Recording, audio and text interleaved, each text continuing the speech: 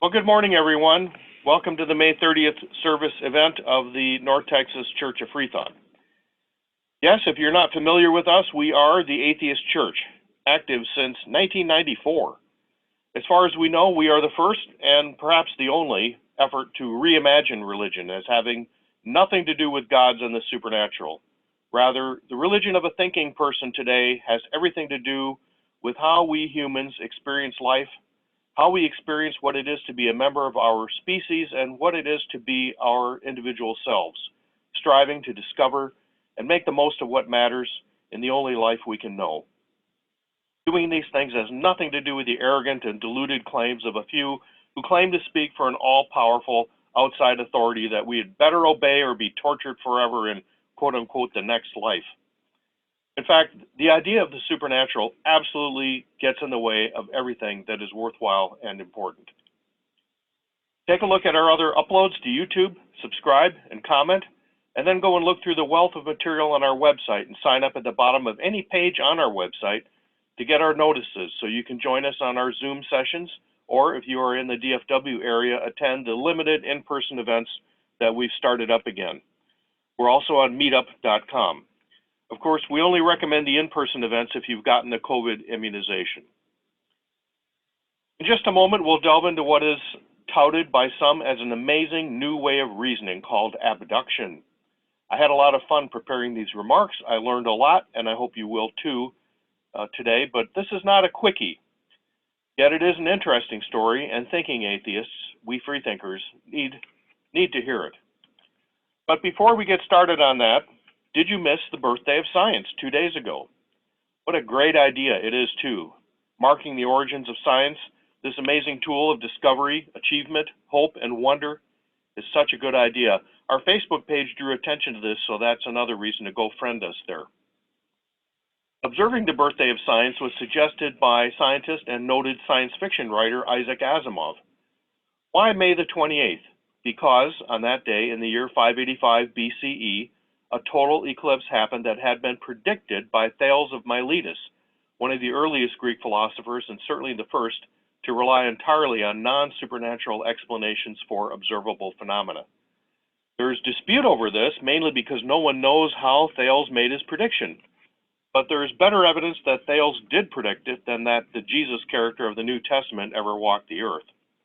May 28th of 585 BCE may also be the date of the first historical event, which was a battle between the Medes and the Lydians that can be fixed with certainty, thanks to our ability to back calculate the details of things like eclipses.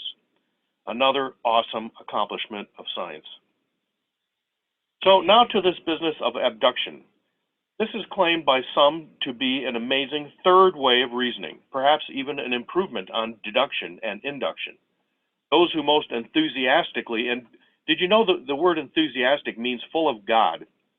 So the most enthusiastic promoters of this seem to be right now Christian apologists. And no, these are not Christians that apologize, not ever. They are Christian zealots that advance arguments, they're not really, but they call them arguments, and evidence, well, that's not really the case either, but it's what they claim as evidence for their particular brand of Godism. Earlier this month, check out the May 16th video, for example, we considered the advice of perhaps the best-known Christian apologist, telling believers how to deal with atheists.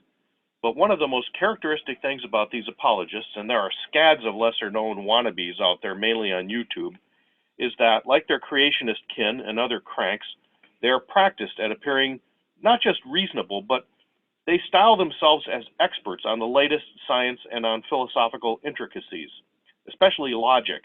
And if you don't agree, then you are just an ignoramus. So that is where we're going today. I will show you what this abduction stuff is about, what is wrong with almost everything said about it, and how the guy who came up with it really had an entirely different idea that throws light on the methodology of figuring things out generally, and how good science should be done specifically. So we'll begin by watching a video to give you an idea of how abduction is being portrayed. This features a different Christian apologist than the one we heard from 2 weeks ago. This one is also well known, and his shtick is that he supposedly applies the same standards of analysis to Christian claims that he does in crime cases. It's like he's his own CSI spinoff. but the mystery always ends in the usual Christian dogmas. So take a look. All right, Tim, there you go.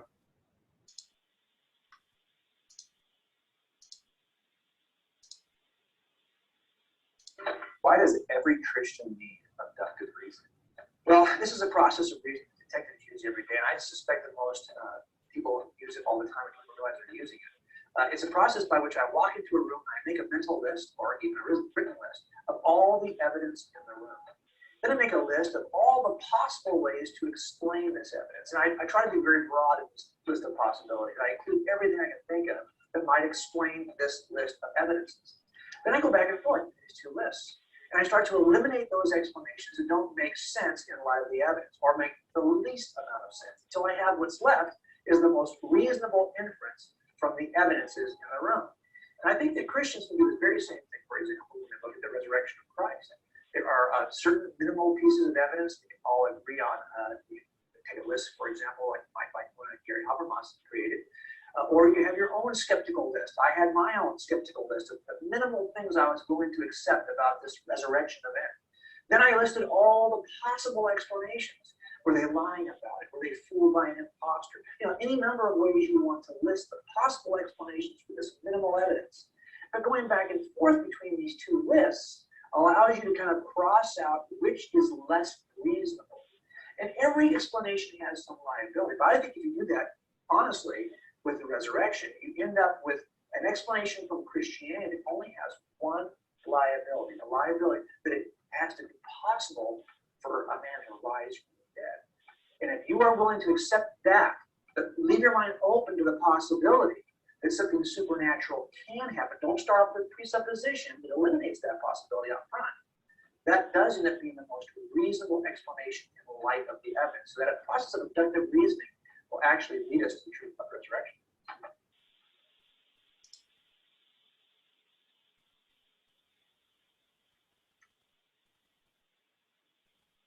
Hard to hear. Okay, go ahead and mute yourselves again. There's another YouTube video out there on abduction. It's not a Christian apologetic video. In fact, it's one of the series of serious, well-intended, and mostly useful philosophy. They call them crash courses. And that video makes the claim that abduction is epitomized by this passage from the Sherlock Holmes tale, Sign of the Four. And some of you may have be familiar with this, have heard it before. When you have eliminated the impossible, whatever remains, dear Watson, however improbable, must be the truth, as he smokes his pipe there. So this process can be summarized like this, and I think this is what that video claimed as well. What you need to do is examine all the evidence, consider all the explanations, eliminate the impossible, and discount the improbable, and that will bring you to the inference to the best explanation. Well, let's take these one by one. To begin with, examining all the evidence is not so simple as it may seem. There are many, many examples of people being led astray by missing key bits of evidence or focusing on things that really have nothing to do with what's going on. Just think of all the wrong-headed ideas that our ancestors had, that malaria was caused by bad air, that the earth goes around the sun, and on and on. It's not that they were less intelligent, but they weren't always looking in the right places, or they just missed the key observations. Considering all the explanations is even more problematic. What counts as explanation? And in particular, how much and in what way will an explanation satisfy us? What, for example, will an explanation of the problem of consciousness, that's a hard problem we've talked about before, what would an explanation of that even look like? And how can anyone know that they have thought of everything, much less hit on the right explanation amongst their list? In fiction, this is possible, but not in reality. And especially troubling is the explanation that God did it, or it's a miracle. Truly, such explanations are nothing more than admissions of ignorance. Even if superhuman extraterrestrials did something, maybe even create a universe, we want to know how they did it. As the science fiction writer Arthur C. Clarke put it, quote, any sufficiently advanced technology is indistinguishable from magic, unquote. And of course, magic is no explanation. The simple fact also is that even when someone believes they have thought of everything, they haven't. Sherlock Holmes advised eliminating the impossible. Why even consider the impossible in the first place? One can literally think of an infinite number of impossible ways things can happen. On the other hand, some things once considered impossible are now common knowledge and everyday events. As for the supernatural, again, if we are to eliminate the impossible, that should be the first to go. Indeed, that one can think of an infinite number of supernatural explanations for anything is a clue that such explanations belong in the category of the impossible. Even probability is problematic. Now, sometimes one can, if the situation is well enough defined and understood, apply Bayes' theorem. That's a mathematical statistical formula for calculating the odds of something given information about things that are already known. There are some interesting ways in which historians and others are doing this, but that's not going to work in situations that are unique. It's like that final exam question. Define the universe. Give 3 examples. And lastly, what is really meant by saying that something is probably true? Besides that it is an idea that is, so to speak, in the running, but we don't know it for a fact. Only in mathematics is there certainty, and those certainties are really already contained in the axioms with which we start. Inference to the best explanation, and I'll often refer to that as IBE as we go forward. It's a great marketing slogan. It sounds wonderful, but that has not stopped its coming under heavy criticism by serious and professional philosophers. What does it even mean? We can always dream up a bunch of explanations. Here's a bunch of explanations, and we've calculated what the probability is that each of them is correct. But there are no rules for inference after all, so it's a creative process that involves making connections. But suppose you have these 9 explanations, and let's say you can calculate precisely the likelihood of their being correct. Which of these do you think is the best explanation? Obviously, number 8. But would we say that number 8 is very likely? Would we say that it's the truth? If no proposed explanation is very likely, in what sense can it be said that the best one is true? As we frequently say, sometimes, and in fact very often, the best answer to a question is, we don't know. It's better to be ignorant, to withhold judgment, than to be wrong, isn't it? Now here's a passage from an academic paper on which the author agrees and says that advocates of IBE agree that there is not yet any adequate formulation of the idea. So there you go. But here we are again on a Christian apologetic website that touts abduction as maybe the greatest ally of getting people to accept Christian dogmas. After all, this way of reasoning, it claims, points towards certainty. You see that at the bottom. Seeks to point towards certainty. And here's the line of reasoning that they give as an example. Well, there's nothing really too objectionable here. I'll slow up here and let you read through that. I think we can accept, for the sake of argument, these propositions that we applaud a child on the playground who stands up to a bully, and if the bully changes his ways, we praise him for being better, and if he goes back to being bad, we disapprove of that. But how are any of these things any different than what could be said if we'd never heard of the idea of abductive reasoning? Nothing out of the ordinary here. Predictably, this is where we are supposed to end up, though. Here's the last proposition and the conclusion. But how does this in any way follow? With or without the magic abduction that is really nowhere to be found here, that Christianity best explains, quote, the human experience of good and evil, unquote.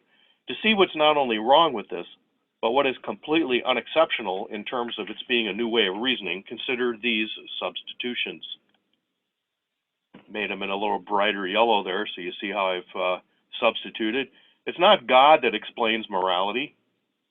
It is the fact that we are social animals. And to be social animals means that we must relate to each other in ways that promote cooperation. It means playing nice with others. If our mode of survival was that of sea urchins or moose, and yes, the plural of a moose is moose, there would be no need for our complicated moral codes if we were not social animals. A rational analysis can go one better, for the Christian version has no subjective dimension, your personal experience of morality, besides the old, you better do as God says or you're going to burn in hell for eternity. But we can rationally make sense of the subjective experiential need for getting along with others by drawing on a long tradition of philosophy. That is, the golden rule is just to say that No, neither might nor anything else makes right. The determinative element is rather only the relationship of moral symmetry between each and every person. That is, one is obliged to respect the same rights of others that one is entitled to. Or if we put it in reverse, one may claim only those rights that one is obliged to respect in others. So here's that same website describing abduction as inference to the best explanation, IBE. Again, no specifics, just identify the explanations, but how? And then choose the best one, whatever that may mean. For them, of course, it's the one that they prefer, the one that corresponds with their supernatural doctrines. But if they can run by this quickly and bludgeon you into thinking that this is modern cutting-edge philosophy, you see, then they win. It should be realized that the claim that abduction is or represents some new or additional method of valid reasoning comes out of serious academic philosophy, as shown by the quote here. Gilbert Harman, the author of this article from Philosophical Review, he's a retired professor of philosophy who taught at Princeton University for over 50 years. Of course, he says others have equated these things. He himself prefers the IBE terminology, but he doesn't take issue with it, and he doesn't actually untangle this or point out that applying these other terms are not really appropriate. Harman continues to be cited by others. This is a slide from an academic philosophy presentation that I found online that refers to the article from which the previous slide's excerpt was taken. How can you go wrong quoting a Princeton professor of philosophy? You see, he does so there. And this is from that same presentation. The first bullet actually gives some important additional information that it was Charles Sanders Peirce who came up with the term abduction in this philosophical context. More on him in a bit. And yes, that is how his name is spelled. It's not P-I-E, it's P-E-I. But the second bullet should by now be familiar. This and the two previous slides show that the Christian apologetic sources, they didn't just completely make this stuff up, but they didn't look into it either. And they could have just as easily as I did. But of course, they had no motivation to do so. They have no real interest in the subject. They're only seeking to ride the coattails of serious philosophy. In this way, they can make their case for supernaturalism appear serious, scholarly, and so not to be dismissed lightly. They know their stuff, so you can trust them. These slides from that presentation come out of an academic institution, by the way, Shandong University, in case you were wondering. Shandong is in northeast China, as shown here, the little four-pointed red star, in case you were wondering where Shandong University is. Here's an item from a website focused on national intelligence and military applications of machine learning. There it is again. Abduction is inference to the best explanation. Oh, and here it's also higher order reasoning. Wow. Do you get the sense that the telephone game is going on? Of course, you just know, you cannot possibly doubt, that the people in charge, the people spending the taxpayers' money, know what they're talking about and know what they're doing, right? All right, so let's get on with it. What is abduction really? Or what did Charles Sanders Peirce, the guy that introduced the term into philosophy, specifically into epistemology, the theory of knowledge, and the philosophy of science, what was his meaning and intention?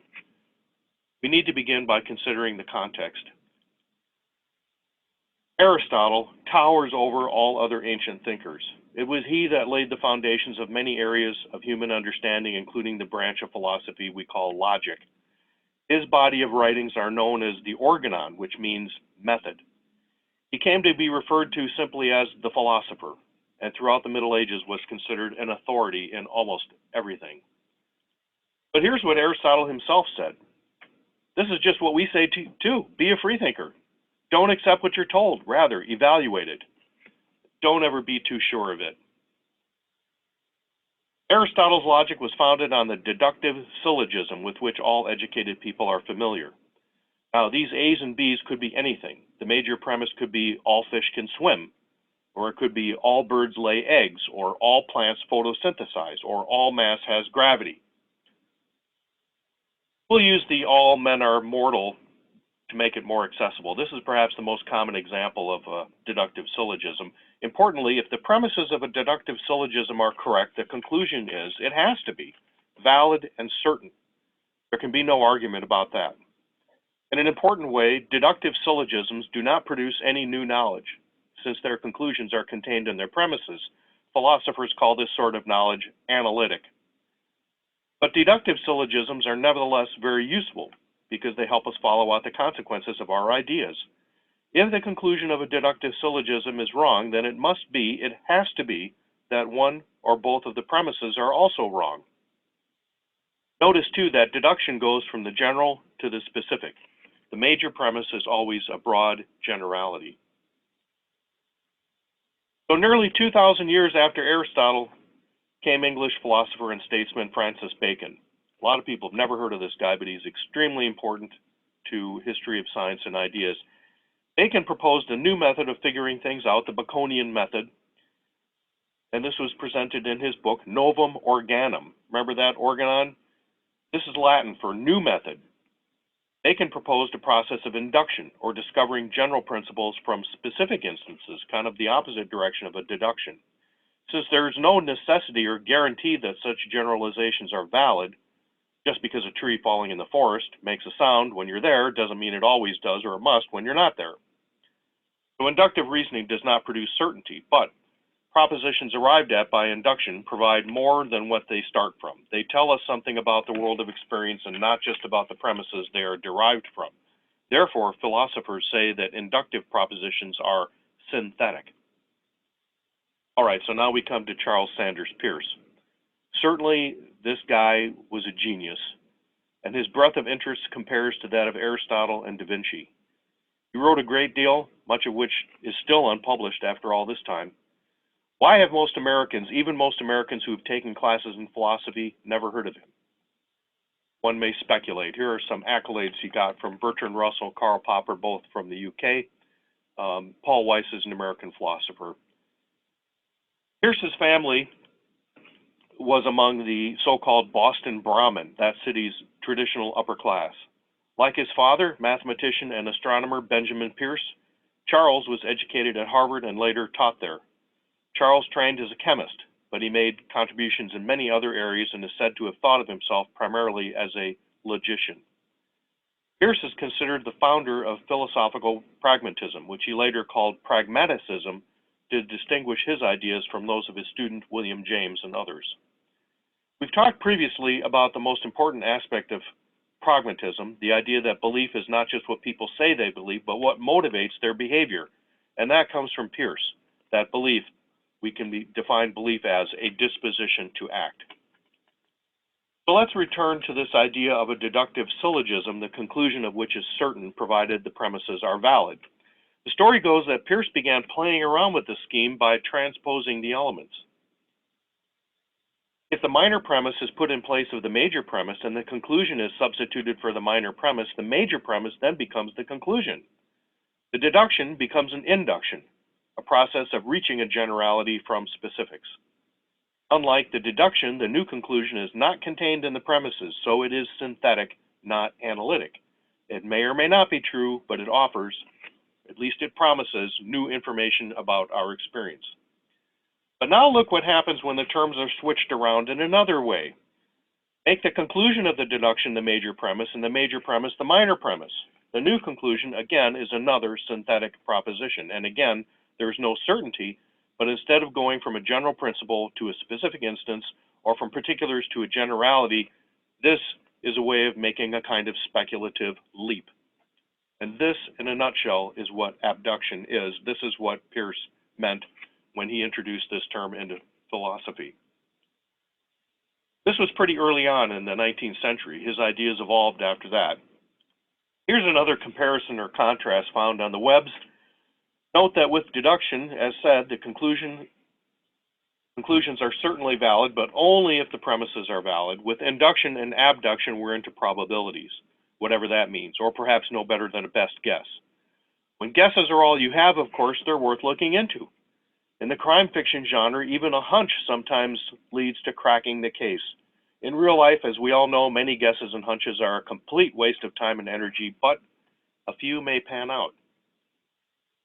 So besides introducing the term abduction, Peirce also referred to this as retroduction, and often simply hypothesis. He definitely recognized the speculative and often quite imaginative nature of guesses that may be worth further investigation. Whereas the first two elements of deductions and inductions are related and somewhat stereotypical, the ingredients of an abduction can be almost anything. So Peirce did not consider abduction to be another way of reasoning. It's going to depend on what you already know and don't know and what associations occur to you. Thinking is one of these spontaneous, surprising things, and Peirce was fully cognizant of that. Here are some quotes from Peirce explaining what he meant by abduction. Let you kind of read through that. The last one explains how he saw abduction relating to induction.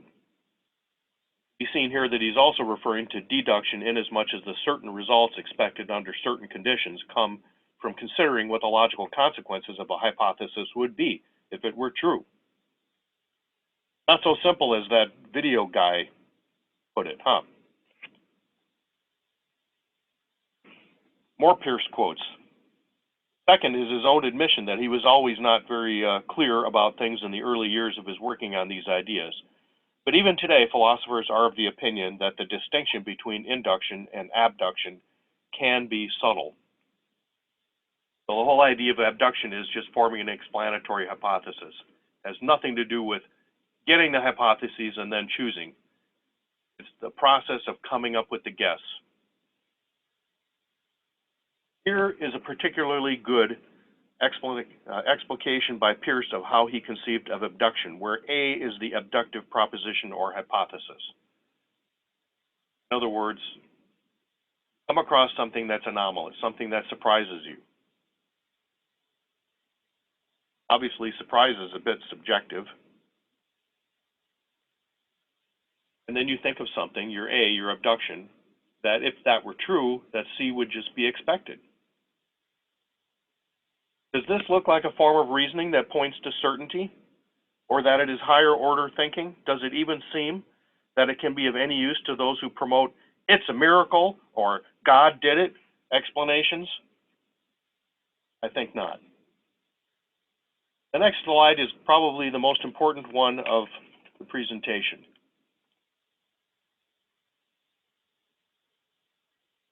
This is a schematic that illustrates how Peirce seems to have conceived of the scientific enterprise and the place of abduction in that work. And I apologize that it's rather crude artistically. I couldn't really find anything better on the webs. The way it works begins at the upper left where a puzzle, a surprising fact, is encountered. Note how subjective that idea is, as I said. And how many people will even recognize a puzzle when they see it? That's another thing. So the fact that you have something to explain is also an amazing part of the whole process of figuring things out. How many people had thrown away contaminated bacterial culture plates, for example, before Alexander Fleming paid enough attention to notice that the contaminating mold seemed to interfere with the growth of the bacteria which they were trying to culture? Having encountered a puzzle, of course, one then thinks of some way of making sense of it. One engages in abduction by guessing what may be going on.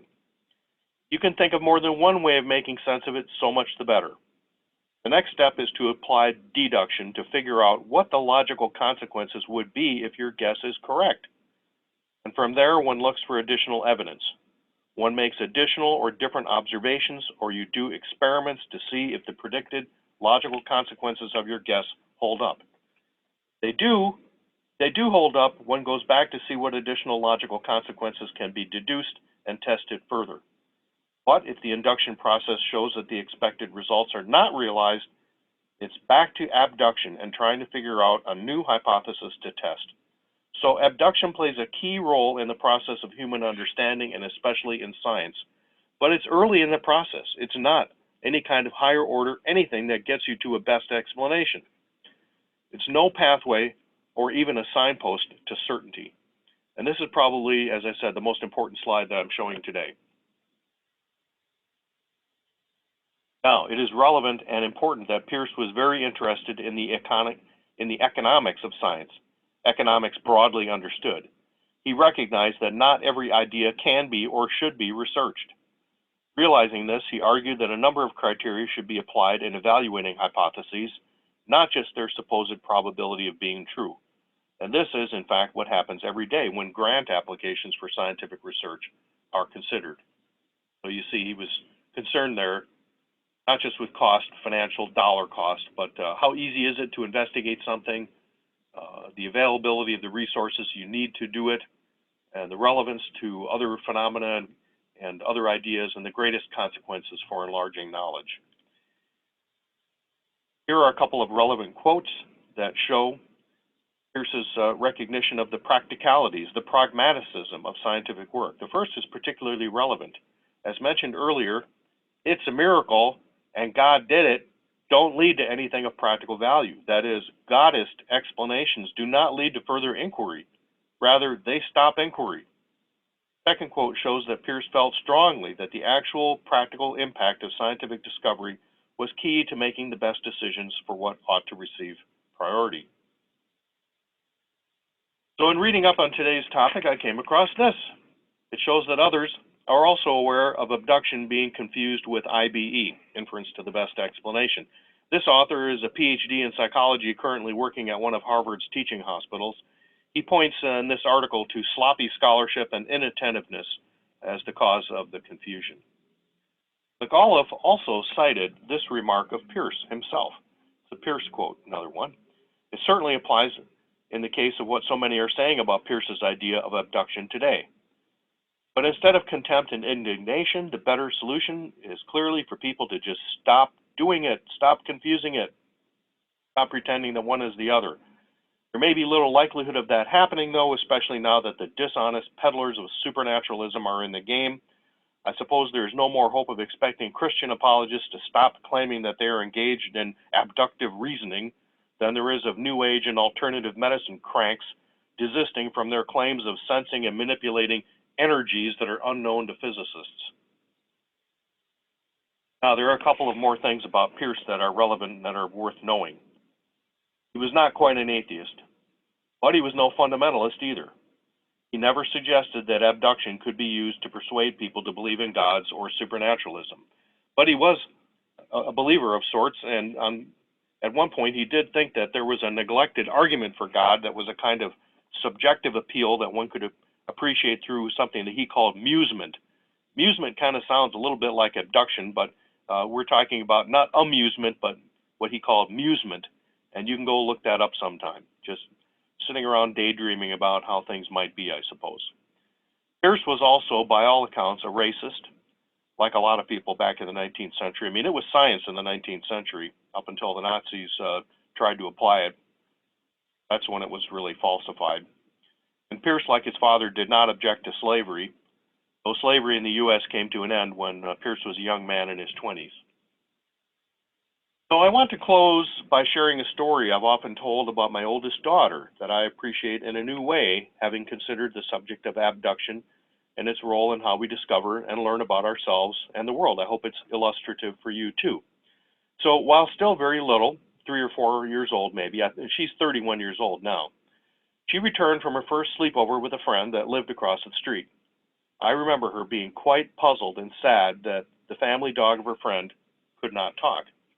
Our only pet at the time was a parrot, and the parrot talked. So in light of what's been said, here is how we can think of what happened. It's a perfectly reasonable abduction for her to have supposed that people and birds being animals, that animals can talk. Or is it an induction, going from particular cases to a generality? You can see how there are similarities. Anyways, now you plug this into a deductive syllogism and you get that dogs can talk. I mean, why not? But she is then confronted with an anomaly, a surprising fact.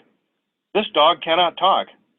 And to her credit, she didn't just blow it off and resolve to have faith in what she believed beforehand. No, she made another attempt, a new abduction.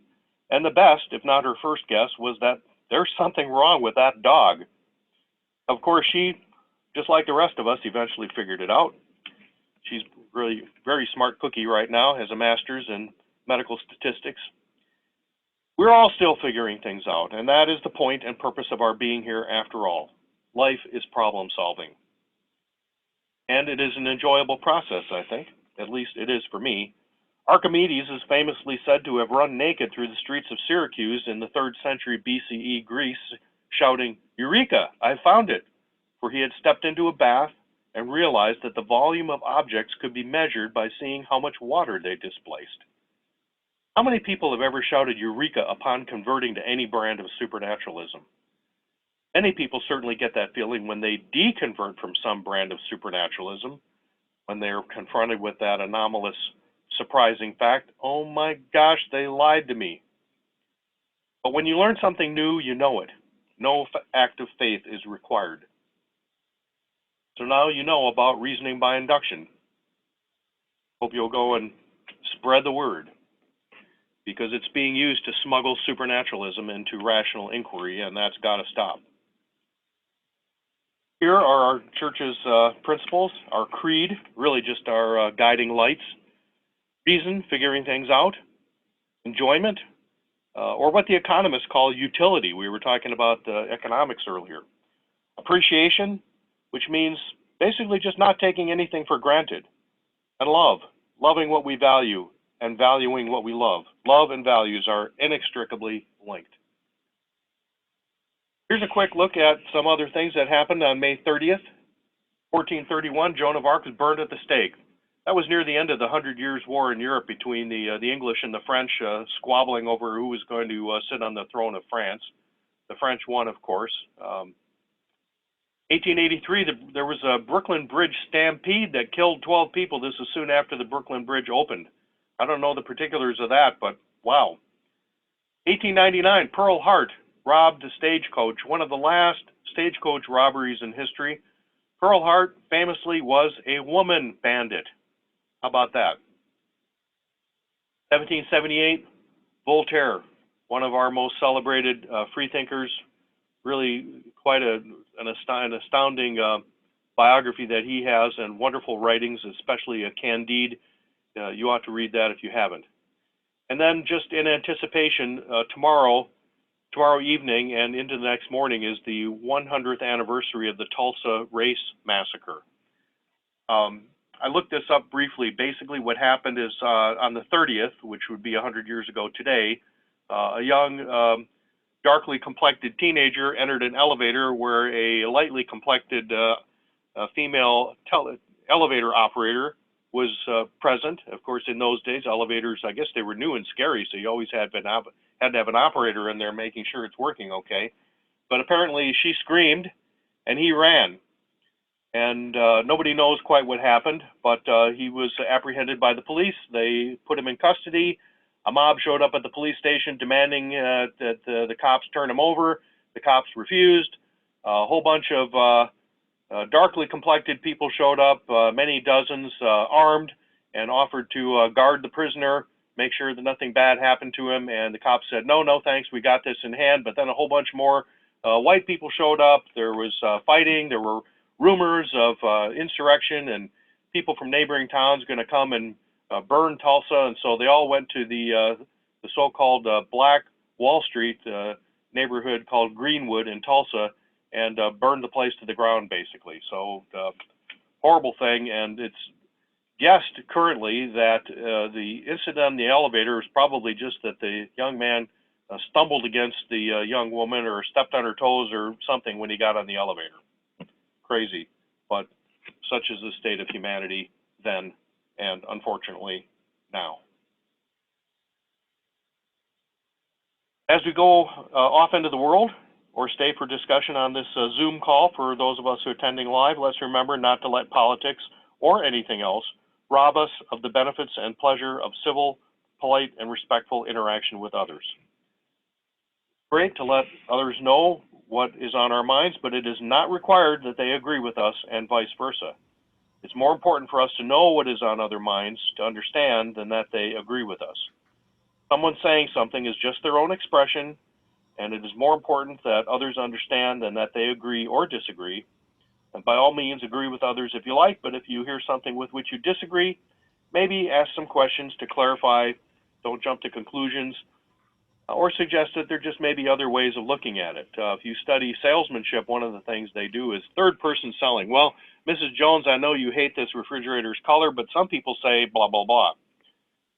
It's, argument is one thing in philosophy. It's another thing that creates more heat than light in ordinary discourse. And there are lots of ways to interact with civility. As Aristotle said, we can consider ideas without accepting them. None of us should feel married to our ideas or that we owe them any loyalty. Our ideas are not body parts. It's best, in fact, not to believe too much. It's enough to know of many things without becoming very attached to any of them. This is the way of freethinkers. Remember that we are embodied minds. Maintain an awareness of your physical and emotional status and, as best you can, that of others. We ask not just for your moral support and learning and discussing with us, but also your financial support is very much needed and appreciated. Let us know what else you would like to see us do and be prepared to help us accomplish it. Please visit us on Facebook and Twitter. We're not very active there. It doesn't suck up a lot of time, but they are outposts of our way of thinking and important ways for us to increase and improve the impact of free thought. It is your values that are at stake. Your values are authentic. If you believe they are important, remember that belief is, as Charles Sanders Peirce reminded us, a disposition to act. So act in support of your values. We're lucky to have each other and this church. Let's make the most of it. And as Gandhi put it, be the future you wish to see. Never going to change things unless you are part of the change. So thank you and good morning. And with that, those of us in today's video conference will go to discussion. If you're watching this later on YouTube, please comment below and let us know what you think.